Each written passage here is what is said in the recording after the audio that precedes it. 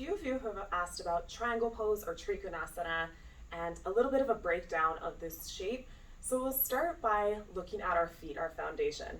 So for a great triangle pose and for that Sthira Sukham Asana, meaning every posture should be steady, stable, and comfortable, we want to look at that foundation, making sure that it's steady, stable, and comfortable. And here's a few tips that you can look for that in your practice. So we'll start with a setup with a warrior two stance. So our front foot is pointing towards the top of the mat, and our back foot is slightly turned in. I know some people like to line it up with the back of the mat. That doesn't always work for everyone's knees and ankles. So I personally like to turn it in slightly, and that just feels better for my knee, better for my ankle. You might want to try that as well. Front foot turned up, pointing towards the top of the mat, and there's a nice wide stance for this warrior two. Now, when I practice triangle pose, Trikonasana, I really like to take a slightly shorter stance. This is a personal preference. It just feels better in my hips and elsewhere in my body. So you might want to give that a go as well.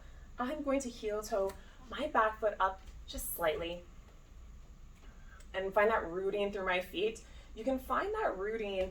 In fact, we'll do this all together. Inhale, float all of your toes off your mat. Then exhale, root them down from pinky toe to big toe. Get strong and stable through your feet. Find that strong rooting quality through both balls of the feet and back into your heel. Even feeling the subtle lift of your inner arches, and that lift might actually be happening physically. It might also just be the intention of lifting. Now, we want to make sure our front leg is rotating outwards, so external rotation from your hip. And you'll notice that when you do that, your knee lines up with your foot. And then for the back leg, there's internal rotation, inward rotation. And that just means your knee is lining up with that foot, and also you're creating a little bit more space for your SI joint, your sacroiliac joint, in your low back, on your back leg, which can be nice to give it a bit more space. Now take your hands onto your hips. Take a deep inhale, get longer through your spine. And as you exhale, tip your front hip down and lift your back hip up so you're tilting your pelvis. Inhale as you rise. A few more times. Exhale as you tilt forward. Inhale as you lift.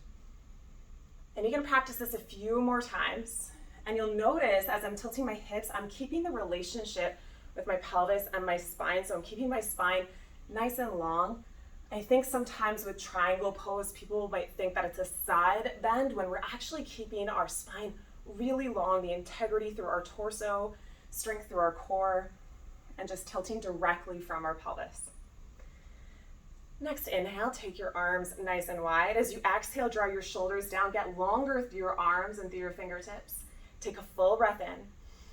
And as you breathe out, reach over your front foot, tilting from your pelvis. Pause for another deep breath in, get longer through your lower ribs. And as you breathe out, take your hand down onto your shin, onto your foot, reach the other arm skywards. And keep the active energy through your arm and spread wide through your fingertips. Now this can be a really nice place for a prop, like a block. Rooting down deeper through that hand and reaching up taller through that top arm. Now some teachers talk about being between a pane of glass. And I don't know about you, but that sounds a little terrifying to me.